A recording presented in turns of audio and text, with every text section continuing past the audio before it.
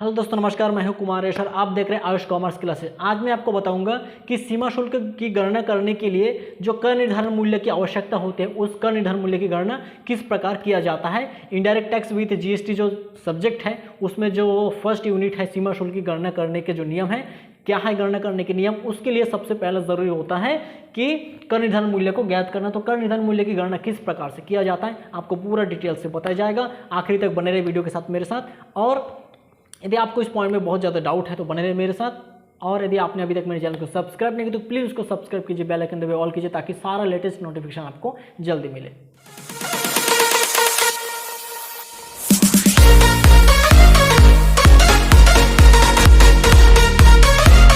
चलिए दोस्तों, आज मैं आपके सामने लेके आया हूँ कि कर निर्धारण मूल्य की गणना कैसे करेंगे। सब लोग जानते हैं कि जो सीमा शुल्क है, सीमा शुल्क की गणना करने के लिए आप सबसे मेन जरूरी होता है कर निर्धारण मूल्य की गणना करना, क्योंकि कर निर्धारण मूल्य हमेशा क्वेश्चन में नहीं दिया रहता है। यदि दिया रहता है तब तो ठीक है, निकाल लेंगे शॉर्टकट, लेकिन यदि नहीं दिया है तो उसकी गणना कैसे करेंगे देखते आइए। सबसे पहले देखिए यहाँ पे कर निर्धारण मूल्य, सबसे पहले आपको एक चार्ट बनाना पड़ेगा जिसमें इसका नियम है कि विवरण, फिर जो डॉलर है और हमारा ये रुपए है भारत का, ठीक है।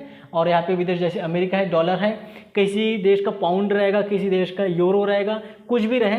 यदि किसी जिस देश से आयात करेगा भारत का जो व्यक्ति है, आयात जिस देश से भी करेगा उस देश का जो यहाँ पे रुपए रहेगा, जैसे डॉलर है तो डॉलर, पाउंड है तो पाउंड, यूरो है तो यूरो रहेगा यहाँ पे। और ये हमारा भारत का रुपए में हम लोग चेंज करके यहाँ से लिखते जाएंगे उसी को, ठीक है। और उन लोगों का जो डॉलर, पाउंड या फिर जो भी रहेगा यूरो, वो सब इस तरफ से लिखते जाएंगे फर्स्ट कॉलम में, ठीक है।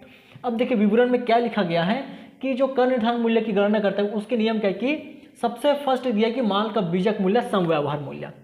माल का बीजक मूल्य मतलब कि एक भारत का आदमी यदि किसी मशीनरी चीज़ को या किसी भी चीज़ को भारत के बाहर से मंगाता है, आयात करता है, तो उतने टाइम कितना रुपए उसको पेमेंट करता है, सिर्फ मशीन का, मशीन को क्रय करने के लिए कितना उसको भुगतान करना पड़ा, वही उसका बीजक मूल्य हो जाएगा, लागत मूल्य हो जाएगा, क्रय मूल्य हो जाएगा, ठीक है। उसी को यहाँ पे लिखने की इतने डॉलर, $500 से, मान लीजिए $500 से खरीदा तो $500 हो जाएगा। और रुपए में कैसे चेंज करेंगे हम लोग, मान लीजिए उन लोगों का $1 और हम लोगों का 70 रुपया, ठीक है। तो उन लोगों का $1 और हमारा 70 रुपया, तो $1 बराबर यदि 70 रुपये होता है हमारा, और मशीन को क्रय किया $500 में, मान लीजिए, तो $500 इंटू हमारा 70 रुपये कर देंगे तो हमारा यहाँ पे आ जाएगा 35,000 रुपये में, यहाँ पे रुपये में चेंज हो जाएगा, ठीक है। उन लोगों का मान लीजिए यहाँ पे $500 था और हमारा उन लोगों का $1 और हम लोग का 70 रुपये, ठीक है। $1 के बराबर हमारा 70 रुपया है, तो $500 हमारा 70 रुपये के हिसाब से 35,000 रुपये हमारा रुपये में चेंज हो जाएगा। तो ऐसे रुपये में चेंज करना है, डॉलर को, यूरो को, पाउंड को, जो भी आएगा उसको चेंज करते जाने रुपये में। अब देखिए जो माल का बीजक मूल्य, यानी कि जो विदेश का जो विक्रेता था वो हमारे पास उस मशीन को कितने में बेचा है, और हमारा जो भारत का आदमी था, भारत का जो क्रेता था, भारत का आयातक जो था, वो कितने रुपए से क्रय किया सिर्फ मशीन को, वही हमारा बीजक मूल्य हो जाएगा, समव्यवहार मूल्य हो जाएगा। उसको यहाँ पे लिखना है और रुपये में चेंज करके लिख देना है। दूसरा चीज़ क्या है, यहाँ पे कुछ ऐसे व्यय हैं जो जिस व्यय को प्लस करना पड़ता है उस क्रय मूल्य के साथ, बीजक मूल्य के साथ। कौन कौन सा व्यय है वो, सबसे पहला कमीशन या दलाली। यदि हमारा भारत का जो आयातक था वो यदि विदेश का जो निर्यातक था, उस विदेशी निर्यातक के एजेंट को या दलाल को दलाली देता है या फिर एजेंट को कमीशन देता है, तो वही यहाँ पे जोड़ा जाएगा। और ये जो कमीशन और दलाली है अलग से देना चाहिए, ये जो बीजक मूल्य समव्यवहार मूल्य में नहीं होना चाहिए। अलग से यदि चार्ज किया तो ही उसको हम लोग ऐड करेंगे, वरना इसमें ऐड नहीं करेंगे। और जो दूसरा देखिए पैकिंग व्यय, पैकिंग व्यय भी जो आप माल खरीदोगे उस माल को पैकिंग करने में, यदि आप बुक खरीदते हो, बहुत सारे कंटेनर भर के बुक लाते हो बाहर से, विदेश से, तो उस बुक को पैक करने में, पेटी में डालने में, गाड़ी पे बांधने में, जो भी पैकिंग आता है पूरा उसको पैक करने के लिए जो भी खर्च आता है वही पैकिंग व्यय है। तो ये पैकिंग व्यय भी जोड़ा जाएगा समव्यवहार मूल्य में, यानी कि बीजक मूल्य के साथ साथ। और ये भी अलग से चार्ज करना चाहिए, अलग सा चार्ज करना चाहिए, तभी ये जुड़ेगा। तीसरा नंबर डिज़ाइन व्यय, ठीक है। आप जिस वस्तु को मंगाए हो उसका डिज़ाइन करने के लिए कितना व्यय आया है, ठीक है, उस डिज़ाइन व्यय भी इसमें जोड़ेंगे, ताकि और अलग सा चार्ज किया जाना चाहिए तभी जुड़ेगा, वरना नहीं जुड़ेगा, ठीक है। अब रॉयल्टी, अब मान लीजिए आप कुछ बुक मंगाए हो, बुक जो लिखा था वो रॉयल्टी देना पड़ता है वहाँ पे, तो जो बुक मंगाया हो उसके पीछे यदि किसी भी प्रकार का आप रॉयल्टी का भुगतान करना पड़ता है और वो भी अलग से चार्ज किया गया है बीजक मूल्य के अलावा, तो भी बीजक मूल्य में वो चीज़ जोड़ा जाएगा, ठीक है। अब देखिए अन्य भुगतान, अन्य भुगतान कुछ भी हो सकता है, जैसे विकास व्यय हो सकता है, लाइसेंस का व्यय हो सकता है, लाइसेंस के लिए कुछ भुगतान करना पड़े, ये नाना प्रकार के कुछ अन्य भुगतान हो सकता है जो भी अलग से यदि चार्ज किया जाता है तो उसको अभी प्लस कर देंगे।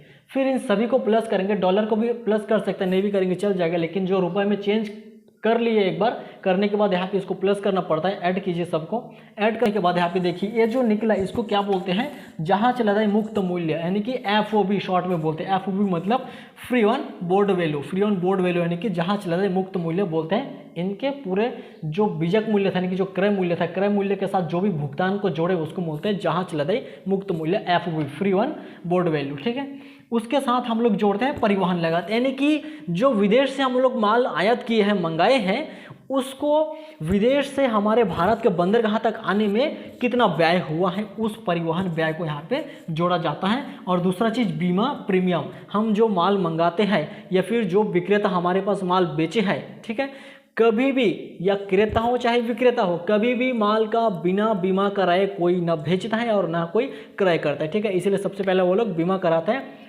और निर्यातक बीमा करा के भेजता है, या फिर क्रेता जो है कि बीमा करा के ही माल लाता है, वरना नहीं लाता है, क्योंकि रास्ते में कुछ भी प्रकार के दुर्घटना हो सकती है तो पहले बीमा करा लेते हैं। तो वही बीमा प्रीमियम जो भी होगा यहाँ पे जोड़ा जाएगा।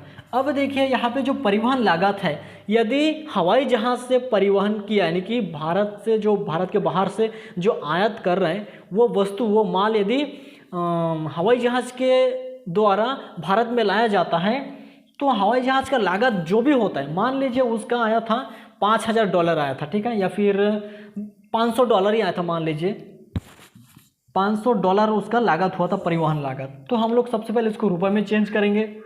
अब रुपए हमारा मान लीजिए $1 बराबर 70 रुपये है, तो 70 से इसको गुना करेंगे तो आएगा 35,000 रुपये, यानी कि डॉलर में चेंज हो जाएगा। इसको 70 से गुना कर देंगे, आएगा 35,000। अब हम लोग ये जो FOB मूल्य आया है, यानी कि फ्री ऑन बोर्ड वैल्यू जो भी आया है, जहाँ से लेते हैं मुक्त मूल्य, इसका 20% काटेंगे, ठीक है, इसका 20% काटेंगे और चेक करेंगे कि इस 35,000 जो है, 35,000 से ज़्यादा तो नहीं है कहीं, ठीक है। ये जो हमारा FOB मूल्य है, FOB मूल्य का हम लोग काटेंगे 20%, ठीक है, FOB मूल्य का हम लोग 20% काटेंगे। अब जो FOB मूल्य का जो 20% काटेंगे यहाँ पे हम लोग, इस 20% से ये 35,000 यदि कम हो जाता है, इस 20% की तुलना में ये जो हमारा परिवहन लागत है, यानी कि एरोप्लेन से, हवाई जहाज़ से जो भी माल हम लोग मंगाए हैं, एरोप्लेन का भाड़ा जो भी हुआ है, हमारे FOB मूल्य का 20% काट के देखेंगे, चेक करेंगे कि इसका 20% से यदि कम है तो इसी को लिखा जाएगा। यदि हमारे 20% से ये अधिक हो जाता है, 35,000 यदि अधिक हो जाता है एरोप्लेन का भाड़ा, या फिर जो हवाई जहाज़ का जो भाड़ा है अधिक हो जाता है इस FOB मूल्य के 20% से, तो इसका 20% को लिया जाएगा और इसके भाड़ा को छोड़ दिया जाएगा। यही इसका रूल है। लोग यदि कन्फ्यूज़न होते हैं कर निर्धारण मूल्य की गणना करने में, तो ये 2 पॉइंट हैं जो लोगों को घुमा के रख देते हैं। एक है परिवहन लागत और दूसरा बीमा प्रीमियम।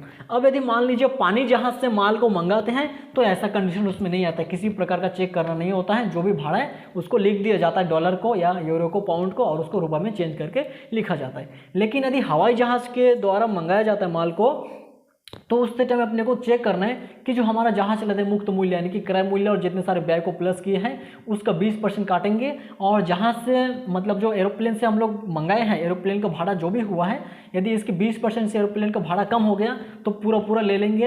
यदि 20% से ज़्यादा हो गया एरोप्लेन का भाड़ा तो इसके 20% तक लेंगे और बाकी भाड़े को छोड़ देंगे, उसको कुछ नहीं करेंगे।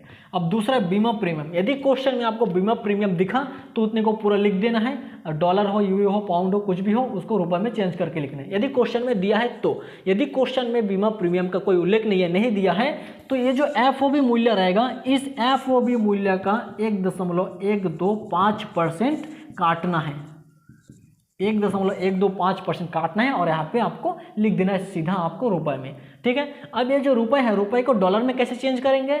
मान लीजिए यहाँ पे आपका हो रहा है, मान लीजिए 75,000 आपका यहाँ पे हो रहा है बीमा का प्रीमियम, तो 75,000 बटे आप कितना कर दोगे? 70 कर दोगे, तो हम आपका निकल जाएगा डॉलर में, आपका चेंज हो जाएगा, या फिर यूरो रहेगा तो यूरो में आपका चेंज हो जाएगा, पाउंड रहेगा तो पाउंड में आपका चेंज हो जाएगा, ठीक है। यदि रुपए को डॉलर में चेंज करना है तो भाग दे दीजिए, यदि डॉलर को रुपए में चेंज करना है, ठीक है, रुपए को डॉलर में चेंज करके तो भाग दे देना, और डॉलर को रुपए में चेंज करोगे तो गुना कर देना, आ जाएगा उसका, बस कुछ ही नहीं है। उसके बाद यहाँ पे जो FOB मूल्य रहेगा, उस FOB मूल्य के साथ साथ ये जो परिवहन की जो लागत आएगा, ठीक है, चेक करना पड़ेगा 20% से कम है ज़्यादा है, यदि कम है तो उतने को ले लेंगे और 20% से ज़्यादा हो रहा है तो इसके 20% तक लेंगे परिवहन लागत। उसके बाद यदि बीमा प्रीमियम क्वेश्चन में दिया है तो लेंगे, वरना नहीं दिया है, ठीक है, तो इसका जो एफओबी मूल्य रहेगा उसका 1.125% काटेंगे और उतने को पूरा लिख देंगे।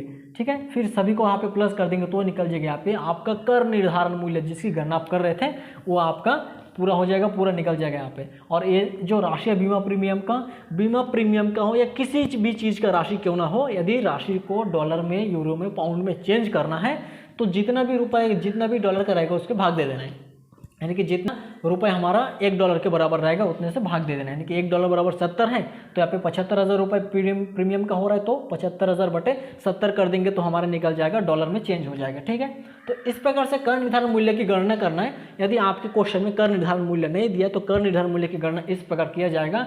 जो कर निर्धारण मूल्य यहाँ पे आया है इसी से हम लोग सीमा शुल्क की गणना करेंगे और उसी से करते हैं। ठीक है, तो इस प्रकार था, देखिए बहुत ही सरल है, इसमें कुछ नहीं है। जो भी माल क्रय किया उसका मूल्य रहेगा यहाँ पे, फिर कुछ यदि दलाली कमीशन देता है तो उसको जोड़ना है, पैकिंग व्यय, डिजाइन, रॉयल्टी, अन्य किसी प्रकार का भुगतान हुआ उसको जोड़ना है तो निकल जाएगा जहाज लदे मुक्त मूल्य। उसके बाद परिवहन लागत और बीमा प्रीमियम, देखिए ये परिवहन लागत या बीमा ये दोनों भी व्यय है। ठीक है, तो इस व्यय में क्यों नहीं जोड़े, क्योंकि ये इसके लिए कुछ अलग सा कैलकुलेशन किया जाता है, इसलिए अलग से रखा गया है इसको।